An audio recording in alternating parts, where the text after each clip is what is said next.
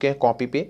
आज के वीडियो में जितनी टॉपिक्स पे हमने बात कही थी सब जानेंगे। जैसे हो गया ओम का नियम, ओम के नियम की सीमाएं, प्रतिरोध पर तापमान का प्रभाव, प्रतिरोध ताप गुणांक। इन चारों टॉपिक वेरी मोस्ट इंपॉर्टेंट है, तो वीडियो अंत तक देखना है। और पेपर में ये सब नियम पूछे भी जाते हैं, ये मत सोचना कि बिल्कुल वैसा बताया जा रहा है। बिल्कुल सिलेबस के अकॉर्डिंग आपकी लेक्चर चलाई जा रही है। हम बात कर लेते हैं सबसे पहला ओम का नियम, ओम्स लॉ क्या होता है। ध्यान दीजिएगा, ओम ऐसे भी लिखते हैं और ओम भी लिखते हैं, ठीक है। सन 1827 में जो आपके भौतिक वैज्ञानिक थे सर जॉर्ज साइमन ओम ने एक नियम का प्रतिपादन किया था। इस नियम के अनुसार यदि किसी चालक तार की भौतिक अवस्थाएं जैसे लंबाई, अनुप्रस्थ काट क्षेत्रफल, तापमान, दाब आदि स्थिर हो तो चालक सिरों के बीच विभवांतर भी तथा चालक में बहने वाली धारा I का अनुपात सदैव नियत रहता है या नियतांक होता है। अर्थात V upon I is equal to नियतांक हो जाएगा, जो हमने अभी तक बताया उसके अकॉर्डिंग हुआ ये चीज, ठीक है। और दोस्तों इसी नियतांक को ना चालक तार का मतलब या कहें चालक पदार्थ का प्रतिरोध कहते हैं। अतः V upon I is equal to R हो जाएगा, या तो दोस्तों हम कहें V is equal to I R हो जाएगा। दोस्तों इतना लिखने से पूरा काम नहीं होता। अगर यहाँ पे एक सर्किट बना दोगे ना दोस्तों, ये वाली सर्किट, तो आपको पूरा नंबर यहाँ से मिल जाएंगे, ठीक है। तो देखिए कैसे सर्किट बनी। एक प्रतिरोध लगा है, इसके प्रतिरोध के पैरेलल में एक वोल्ट मीटर, इसके सीरीज में एक अमीटर, और इसके यहाँ पर देख सकते हैं इसी में आपके जो तुल्य प्रतिरोध बचे हैं, यहाँ पे आपको एक बैटरी लगा दी गई है। तो ओम के नियम का परिपथ आरेख अगर ऐसा बना दोगे ना, अगर ये 5 नंबर में आता है ना, और इसमें एक न्यूमेरिकल भी आएगा अगर 5 नंबर के आता है, ठीक है, तो आपको यहाँ से काफी अच्छा नंबर मिल जाएगा। दोस्तों ओम के नियम की डिफिनेशन ना एक दूसरे तरीके से भी दे सकते हैं, ठीक है। और ये वाला भी तरीका बहुत अच्छा है। क्या है देखिए, ओम के नियमानुसार यदि किसी चालक तार की भौतिक अवस्थाएं स्थिर हों तो चालक में बहने वाली धारा, अब भौतिक अवस्थाएं कौन कौन सी होती है यहाँ पे आप कोष्टक में लिख देंगे, जैसे लंबाई हो गया, क्रॉस सेक्शन एरिया हो गया, और हीट हो गया, इस तरीके आपके दाब हो गए, तो इन सब स्थिर होंगे तब क्या होगा, उसमें बहने वाली धारा सदैव चालक के सिरों पर लगे विभवांतर भी, ठीक है, के समानुपाती होता है। अर्थात दोस्तों क्या हो जाएगा, I प्रोपोर्शनल टू V, या दोस्तों I is equal to V by R हो जाएगा, या तो दोस्तों हम कहें R is equal to V upon I ohm हो जाएगा। अब दोस्तों इतनी चीज जानने के बाद ओम के नियम की सीमाएं यानी लिमिटेशन आप ओम्स लॉ जान लेते हैं। This is very most important topics of examination purpose. और आप बीटी के अगली मतलब जो अभी पिछला बीता है आपका पेपर, उसमें जाके देख सकते हैं दोस्तों, ये क्वेश्चन पूछा भी गया था और शायद 5 नंबर या 3 मार्क्स का आया था। तो बहुत इंपॉर्टेंट है, ज़्यादा मतलब बहुत कठिन नहीं कि हमको नहीं आएगा, बिल्कुल आसान है, और एक बार सिर्फ पढ़ लोगे तो हमेशा याद हो जाएगा। देखिए क्या इस नियम की निम्नलिखित सीमाएं हैं। सबसे पहला क्या है दोस्तों, ओम का नियम रेखीय अवयवों पर लागू होता है जैसे प्रतिरोध, एवं नॉन लीनियर एलिमेंट पर ओम का नियम नहीं लागू होता है जैसे कि डायोड, ठीक है। अब नॉन लीनियर और लीनियर क्या होते हैं, अब इसको जब अगली टॉपिक्स पढ़ेंगे ना तब समझ में आ जाएगा। क्या ओम का नियम जो होता है बाईलेटरल यानी द्विदिशिक अवयव पर लागू होता है, या यूनिलेटरल या एक दिशिक अवयव पर लागू नहीं होता। बाईलेटरल का मतलब होता है दोनों तरफ से धारा प्रवाहित हो, यूनिलेटरल का मतलब होता है सिर्फ एक तरफ से धारा प्रवाहित हो। जिस एलिमेंट में दोनों तरफ से धारा प्रवाहित होती है उस पर ये लागू होगा। अब जरूरी नहीं कि हर चीज पे लागू होगा, कुछ चीज पे नहीं हो सकता, हालांकि बहुत सारी ऐसी चीजें हैं जिस पर दोनों तरफ से धारा प्रवाहित होती है, लेकिन और भी कैसी चीजें होती है उसमें नहीं होती हैं।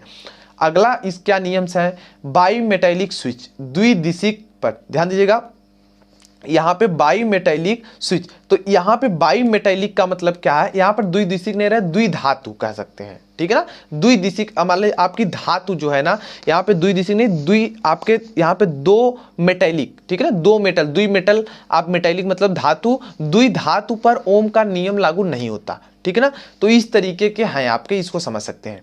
अब देखिए तो देख सकते हैं गाइस, क्या बाई मेटेलिक मतलब द्विधातु पर ओम का नियम लागू नहीं होता।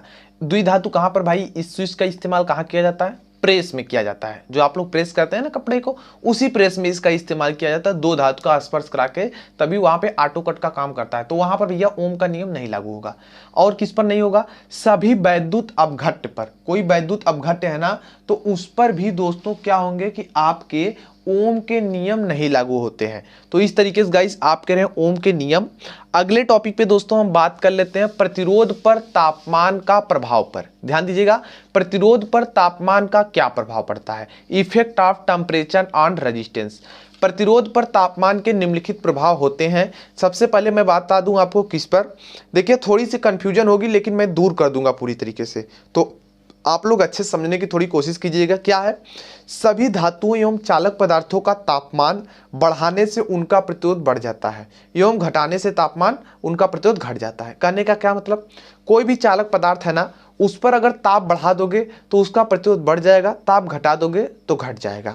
ठीक है, अभी देखिए अगला क्या है इसमें, मिश्र धातु। कोई अगर मिश्र धातु है उस पर अगर तापमान बढ़ाओगे ना तो उससे क्या होगा दोस्तों, तापमान बढ़ाने से उसका प्रतिरोध बढ़ने लगता है। ठीक है, परंतु दोस्तों प्रतिरोध में वृद्धि चालकों की अपेक्षा कम होती है। जितनी ज्यादा चालक में हो जाती है ना, उतनी यहाँ मिश्र धातुओं में नहीं होती, और डिपेंड करता है किस मिश्र धातु का वो बना हुआ है। ठीक है, अब देखिए विद्युत रोधी मतलब इंसुलेटर का अगर तापमान बढ़ाओगे तो प्रतिरोध हमेशा कम होगा, ध्यान रहे। ठीक है, अगली टॉपिक पे बात कर लेते हैं। अगला टॉपिक दोस्तों है रासायनिक विलयनों तथा विद्युत अपघट्टों का, रासायनिक विलयनों तथा विद्युत अपघट्टों का प्रतिरोध तापमान बढ़ाने से घटने लगता है। कहने का मतलब कोई विद्युत अपघट्ट है, आपका सॉल्यूशन है, तो वहां पे जब सॉल्यूशन रहेगा भाई, तो वहां पे जब ताप बढ़ाओगे ना तो उसका प्रतिरोध कम होने लगता है। ठीक है, चलिए अगली बात कर लेते हैं पांचवें टॉपिक पर। अर्धचालक पदार्थ में क्या इफेक्ट पड़ेगा। अर्धचालक पदार्थ में प्रतिरोध प्रायः तापमान बढ़ाने से घटता है। अगर अर्धचालक है उस पर आप हीट देंगे तो उसका प्रतिरोध कम होने लगता है। परंतु दोस्तों जो ये क्रिया होती है ना, ये जो आपका काम होता है ना, यह अनियमित होता है, कोई फिक्स नहीं रहता, कम होगा ज्यादा होगा। एक ग्राफ की मदद से समझ लेते हैं। ग्राफ की मदद से दोस्तों देखिए चालक था, हालांकि इसका प्रतिरोध पहले ही थोड़ा सा रहता है, मतलब बहुत कम रहता है। तो यह जब हमने इस पर मतलब क्या बढ़ाया हमने जब इस पर ताप बढ़ाने, इधर ताप बढ़ा इधर प्रतिरोध, तो जब हमने ताप बढ़ाया तो धीरे धीरे देखिए प्रतिरोध भी बढ़ने लगा। अब देखिए विद्युत रोधी पर क्या हुआ, हमने भैया जब यहाँ से देखिए आर, मतलब पहले तो विद्युत रोधी था भैया, रेजिस्टेंस हाई थे, ताप बहुत कम पर, जब ताप बढ़ाया तो धीरे धीरे देख सकते हैं कम होने लगा। अब देखिए अर्धचालक पर क्या हुआ, ताप था तो भैया अर्धचालक तो भैया कम प्रतिरोध तो ऐसे मतलब रहेगा, नॉर्मल से रहेगा बीच के दोनों का। तो जैसे भैया हमने मतलब यहाँ बढ़ाएं तो प्रतिरोध कम हुआ था, देखिए यहाँ थोड़ा कम हुआ था, लेकिन बढ़ता है घटता है, तो कोई फिक्स नहीं रहता कि कितना बढ़ेगा कितना कम होगा। ठीक है ना, चलिए दोस्तों हम लोग अगली टॉपिक जान लेते हैं। अगली टॉपिक का नाम है प्रतिरोध ताप गुणांक यानी टेम्परेचर इफिशिएंट ऑफ रेजिस्टेंस। ठीक है ना, प्रतिरोध कॉफिशिएंट भी बोलते हैं, इसका आपको ध्यान रहे तो कोई दिक्कत वाली बात नहीं है। ठीक है, अब देखिए क्या होगा दोस्तों, इसकी परिभाषा वगैरह, किसी भी पदार्थ का तापमान 1 डिग्री ताप बढ़ाने पर उसके प्रतिरोध में जितनी वृद्धि होती है उसे ही प्रतिरोध का मतलब उस पदार्थ के प्रतिरोध का तापमान गुणांक कहते हैं। प्रतिरोध ताप गुणांक उसी को कहते हैं भैया, कोई पदार्थ है उसमें 1 डिग्री तापमान बढ़ा दिए तो जितनी वृद्धि हो जाएगी प्रतिरोध में वही उसका प्रतिरोध ताप गुणांक कहलाएगा। इसे अल्फा से प्रदर्शित करते हैं, ध्यान दीजिएगा, अल्फा इस तरीके से होता है जबकि अनुक्रमानुपाती इस तरह से थोड़ा झुका हुआ होता है। ठीक है, अल्फा से प्रदर्शित करते हैं। इसका मात्रक प्रति डिग्री सेल्सियस होता है। ध्यान दीजिएगा, this is most important topic दोस्तों, काफी इंपॉर्टेंट, कोई भी पूछ सकता है प्रतिरोध ताप गुणांक का क्या प्रतीक होता है, मतलब उसका मात्रक क्या होता है दोस्तों, मात्रक क्या होता है तो आप बताएंगे प्रति सेंटीग्रेड। अब देखिए प्रूफ कैसे करेंगे, माना 0 डिग्री ताप पर पदार्थ का प्रतिरोध R0 तथा पदार्थ का तापमान T डिग्री सेल्सियस बढ़ाने पर प्रतिरोध RT हो जाता है, तब पदार्थ के प्रतिरोध में कुल वृद्धि कितनी होगी दोस्तों, RT माइनस R0। निम्नलिखित बातों पर यह वृद्धि मतलब डिपेंड करेगी, निर्भर करेगी किस पर देखिए, पदार्थ की प्रकृति पर, कैसा प्रकृति है, कैसी नेचर है पदार्थ का, दूसरा तापमान में हुई वृद्धि पर, तथा पदार्थ के प्रारंभिक प्रतिरोध, पहले का कितना प्रतिरोध था R0 पर डिपेंड करेगा। अतः पदार्थ के प्रतिरोध में हुई वृद्धि RT माइनस R0 अनुक्रमानुपाती, ध्यान दीजिएगा दोस्तों, अनुक्रमानुपाती का चिन्ह डायरेक्टली प्रोपोर्शनल का चिन्ह यही होता है, R0T हो जाएगा। या दोस्तों जैसे इसको हटाएंगे बराबर का चिन्ह, अल्फा एक नियतांक आ जाएगा।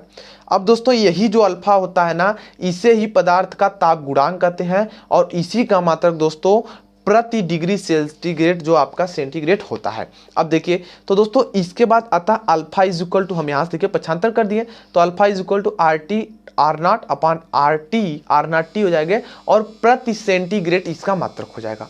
तो दोस्तों आप देख रहे हैं ना कि जो हमने आज 4 टॉपिक्स की थी पूरी तरीके से एंड हो गया यार, मतलब अच्छे तरीके से। आई होप आज का आपको लेक्चर पसंद आए होंगे, तो प्लीज़ लाइक करना ना भूलें।